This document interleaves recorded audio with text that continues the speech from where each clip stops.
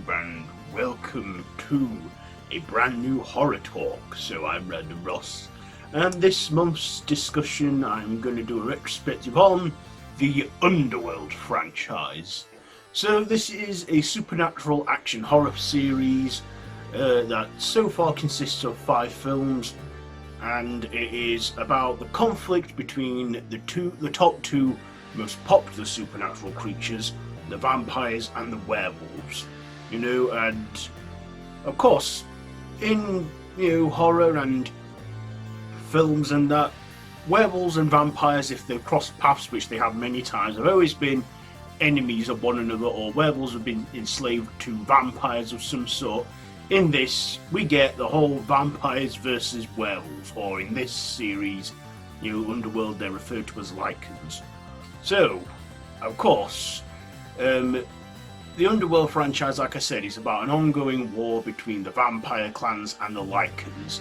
Now, the werewolves in this are werewolves, but they're called lycans, and in the Underworld series, there is a difference. The werewolves stay as werewolves. They don't, and the lycans can transform into their human forms at will and have a much more flatter snout and a hair, and not as a hairy face, but can transform at will, and were a different batch of werewolves, which started by Lucian. Okay, so we'll get to that shortly when I discuss the films. So let's go to where it all began. 2003. Underworld. Now, it was written by Danny McBride. No, not the Danny McBride, the comedic guy who gave us that who co-wrote the 2018 Halloween and the upcoming ones. No, this is a different Danny McBride I'm talking about. And directed by Len Wiseman. And it starred Kate Beckinsale, Scott Speedman, Michael Sheen, Shane Brolly, Erwin Leder, and Bill Nighy. So in this one, it takes off from where an endless war has been going on between the vampires and the lycans, and we follow the main vampire in it called Celine, who is a soldier fighting these creatures, and has been doing so ever since her maker Victor, played by Bill Nighy, turned her and told her that lycans attacked her family. And Bill Nighy is like one of the head vampires, one of the leaders, played by Bill Nighy. There's him, and there's another one called Marcus, who we don't see until the second film, and she awakens Marcus a century ahead of schedule because she believes that they need his guidance. And another vampire, Marcus, is supposed to be awoken before him by another vampire woman named Amelia, who dies at the hands of the lycans after they were set up by a vampire named Craven, who is a traitor. And we, see all this action, and Celine makes some truths about the lycans.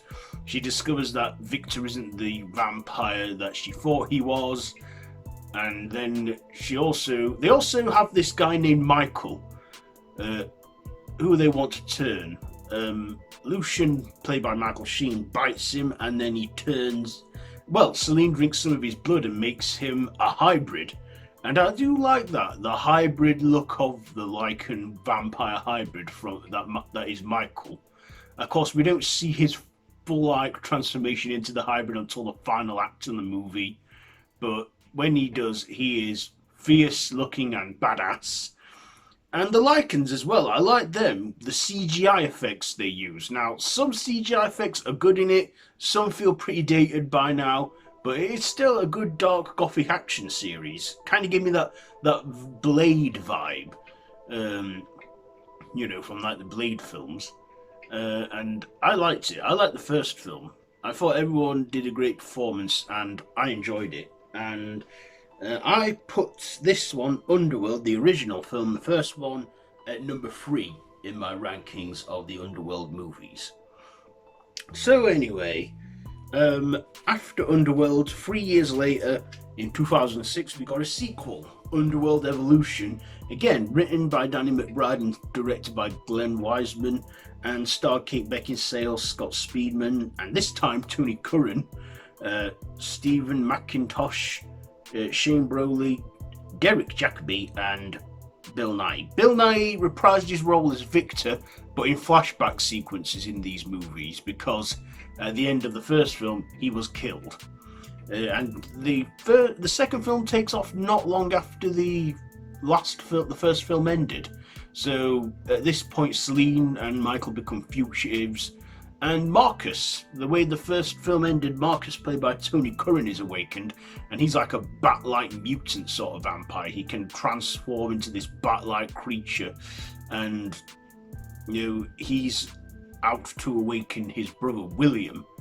And Derek Jacobi plays Marcus's father in it, and William's father. And yeah, Marcus is out to awaken William, who is his brother, who is a fierce lichen. And I actually like the look of William in this, a big white lycanthrope. And, I like the fine lights as well, where everyone's turning into lichens. It's like the war's evolving. Everyone's evolving. We've now got a hybrid which has never been around before. But we do discover in the first film that there was a union, a romance between Lucian and Victor's daughter Sonia. And that's why Victor turned her, because he reminded Celine looked like his daughter, Sonia, and that's why he turned her.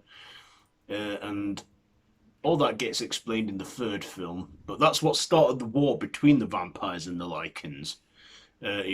When Sonia fell pregnant with Lucian's child, and she was burnt in the sunlight because of it. And then, of course, at the end of the movie, of course, throughout the film, romance is built between Celine and Michael, and at the end, Celine discovers she can walk in sunlight for some reason, and it is discovered that she is with child, and a part of Michael is inside her.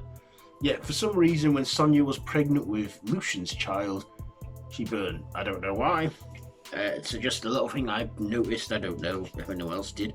But Underworld Evolution, I put this at number 2 in my rankings of the Underworld films. So Underworld Evolution at number 2. So in 2009, the third installment came out, Underworld Rise of the Lycans, which was directed by Patrick Tatopoulos or something, starring Michael Sheen, Bill Nighy, Rona Mitra, Stephen McIntosh, and Kevin Grevocki or something. So this is the third film, and this is not a sequel, it's a prequel. Kate Beckinsale does not reprise her role as Celine in this, but she does return in a brief role as the narrator at the beginning of the film, and she cameos at the very end of the film as Celine. But this one is a prequel. It's set 500 years before, in the 1500s, where vampires and werewolves started out, and then we got two werewolves that bred together to create the Lycan, which is Lucian. And Lucian was a blacksmith and a slave to Victor. Victor chose not to kill him, but he made him buy another person and then have that buy pass on, making Victor would buy slaves and turn them into Lycans, and he'd make the Lycans slave. And then there was a secret romance between Victor's daughter Sonia and Lucian. And of course, Victor finds out about this and isn't very happy, but discovers that she's pregnant with his child. And she says this could be a union between two species. And it's like Victor forbids it and burns her. In this, the vampires are either born vampires or they're made vampires. I don't know how they're born vampires and they age or something. I don't know how that works, but it does. Pretty much like Blade.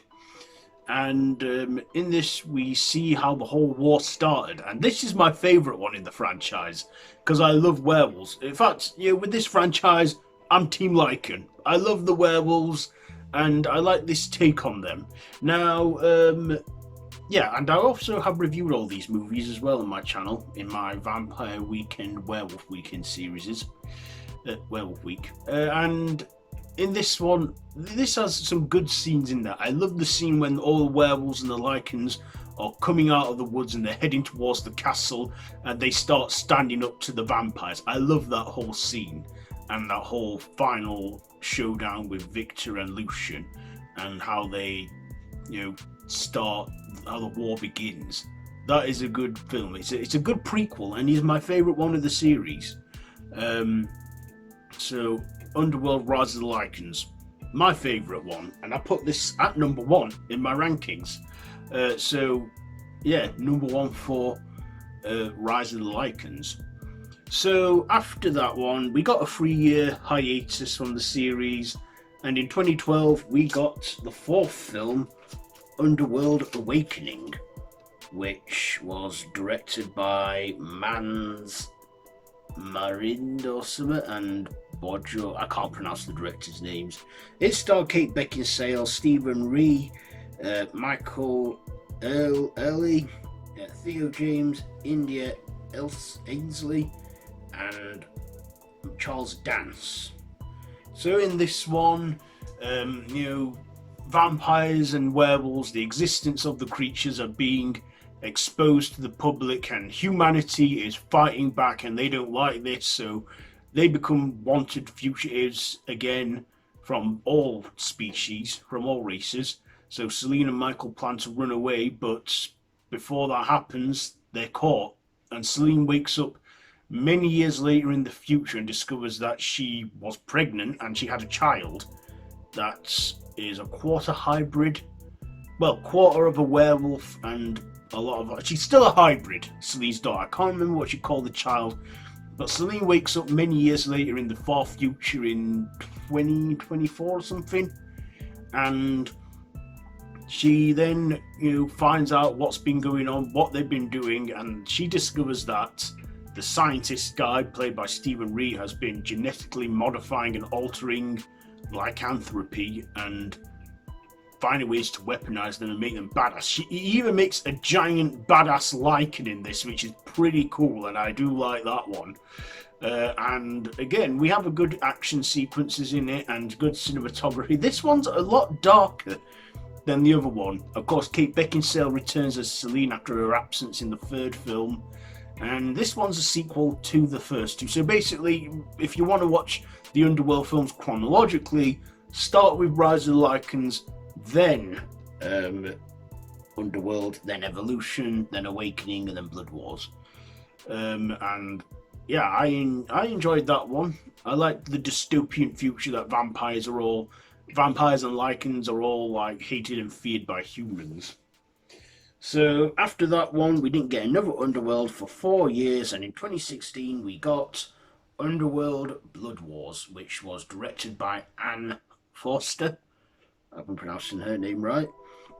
And it starred Kate Beckinsale, Theo James, Laura Pulver, Bradley James, and had a ton of other co-stars, and Charles Dance even returned. So again, they're set in the far future. Celine has had her daughter hidden from her, so no one can use her against her as a bargaining chip or anything. The war still goes on between the vampires and the lycans and humans.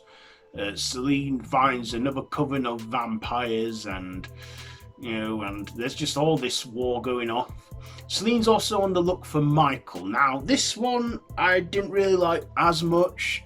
I think what really did it for me is that they killed Michael off in this one, and it was off screen as well. They killed him off screen, and I don't think that character got I don't think they did the character justice. Michael, whether they couldn't get Scott Speedman back, I don't know, but in Underworld Awakening, he was briefly mentioned. He was briefly in it, but not in it too long, and he escaped. But we never, I just don't think he was very well handled in these last 2 movies, Michael, and I really didn't like that much. And we got some new villains in there, some new heroes. There's even a bit where Celine is so drained and weak, she is embalmed and wrapped in these silks. And then later on, she comes back in the movie all revived and badass, even as her hair changed. She's had her appearance altered because she's a vampire and they don't age. But yeah, she's made some changes and is much stronger than ever in this. The vampires in this have the fangs, but they also have the milky eyes in it too that I liked. But this one for me just wasn't as good, and I feel at this point they just stopped trying, and it started to become a cash cow. It ended where Celine was being reunited with her daughter in it, but that was it. Now, yeah, so Underworld Blood Wars. Oh yeah, did I mention that I put Underworld Awakening at number 4 in my rankings, and this one I put Underworld Blood Wars at number 5. So there's my ranking of the Underworld films. Number 5 it's Blood Wars, number 4 it's Awakening, number 3 it's Underworld, number 2 it's Evolution, and number 1 Rise of the Lycans. And that's it. That's how far we've gotten in the Underworld series so far. Now, Kate Beckinsale is apparently not returning. She's not reprising her role in this series. But they are doing a 6th film, as far as I know. Last I heard, they announced a 6th movie, and Kate Beckinsale isn't going to be in it. I imagine that this may be a handing of the torch. It might go to her daughter in it, because she's like older now, and they've done those time jumps that set in the future. So yeah, I mean, it was nice in the films to get a recap of the whole films in it, but yeah. If they do a 6th one, will it be as good without Kate Beckinsale? I didn't think the last one was too good, but up to now, yeah, I haven't heard any more other than they're doing a 6th movie, sequel, prequel, I don't know. But to now, we've had 5 great films, but they've slowly declined in quality in the last 2, I think. So there, I think that's pretty much it for this horror talk. Have you seen any of the Underworld films? How would you rank them? What's your favourite one?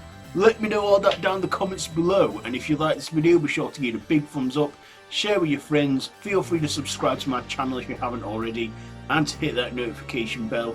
All my social media links are linked down below in the description, so you can check that out. And yeah, subscribe. I mean, no pressure, but it would mean a great deal to me if you did. You know, it's a little click for you, but it goes a long way for me. You know, but like I say, at the end of the day, I can't make you sub. It's all down to you. Anyway, yeah, that's it for this one. So I've been Random Ross. This has been Horror Talk, the Underworld franchise. So yeah, until next time, yeah, don't have nightmares.